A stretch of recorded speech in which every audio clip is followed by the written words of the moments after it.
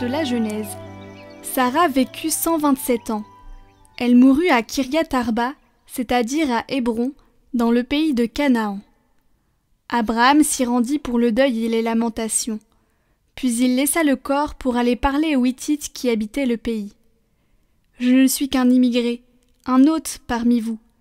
Accordez-moi d'acquérir chez vous une propriété funéraire où je pourrai enterrer cette morte. » Abraham ensevelit sa femme Sarah dans la caverne du champ de Macpéla, qui est en face de Mambré, c'est-à-dire à Hébron, dans le pays de Canaan. Abraham était vieux, avancé en âge, et le Seigneur l'avait béni en toutes choses. Abraham dit au plus ancien serviteur de sa maison, l'intendant de tous ses biens, « Je te fais prêter serment par le Seigneur, Dieu du ciel et Dieu de la terre. Tu ne prendras pas pour mon fils une épouse parmi les filles des Cananéens, au milieu desquels j'habite. Mais tu iras dans mon pays, dans ma parenté, chercher une épouse pour mon fils Isaac. » Le serviteur lui demanda, « Et si cette femme ne consent pas à me suivre pour venir ici, devrais-je alors ramener ton fils dans le pays d'où tu es sorti ?» Abraham lui répondit, « Garde-toi d'y ramener mon fils.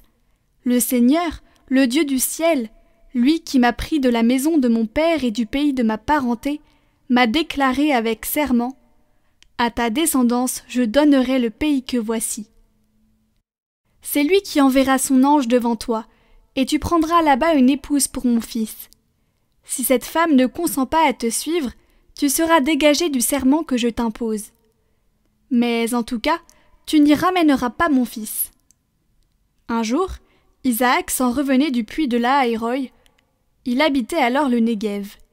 Il était sorti à la tombée du jour pour se promener dans la campagne, lorsque, levant les yeux, il vit arriver des chameaux. Rebecca, levant les yeux, elle aussi vit Isaac. Elle sauta à bas de son chameau et dit au serviteur, « Quel est cet homme qui vient dans la campagne à notre rencontre ?» Le serviteur répondit, « C'est mon maître. » Alors elle prit son voile et s'en couvrit. Le serviteur raconta à Isaac tout ce qu'il avait fait. Isaac introduit Rebecca dans la tente de sa mère Sarah. Il l'épousa, elle devint sa femme, et il l'aima. Et Isaac se consola de la mort de sa mère.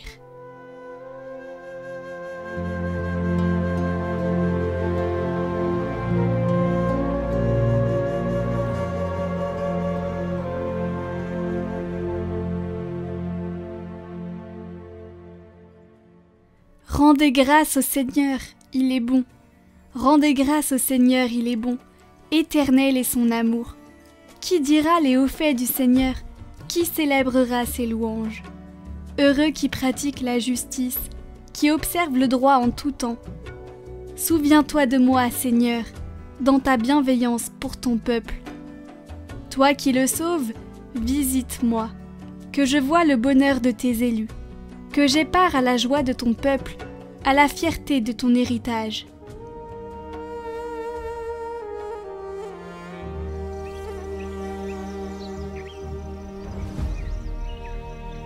Évangile de Jésus-Christ selon saint Matthieu. En ce temps-là, Jésus vit en passant un homme du nom de Matthieu, assis à son bureau de collecteur d'impôts. Il lui dit « Suis-moi ». L'homme se leva et le suivit. Comme Jésus était à table à la maison, voici que beaucoup de publicains, c'est-à-dire des collecteurs d'impôts, et beaucoup de pécheurs vinrent prendre place avec lui et ses disciples. Voyant cela, les pharisiens disaient à ses disciples, « Pourquoi votre maître mange-t-il avec les publicains et les pécheurs ?» Jésus, qui avait entendu, déclara, « Ce ne sont pas les gens bien portants qui ont besoin du médecin, mais les malades. Allez apprendre ce que signifie « Je veux la miséricorde », non le sacrifice. En effet, je ne suis pas venu appeler des justes, mais des pécheurs. »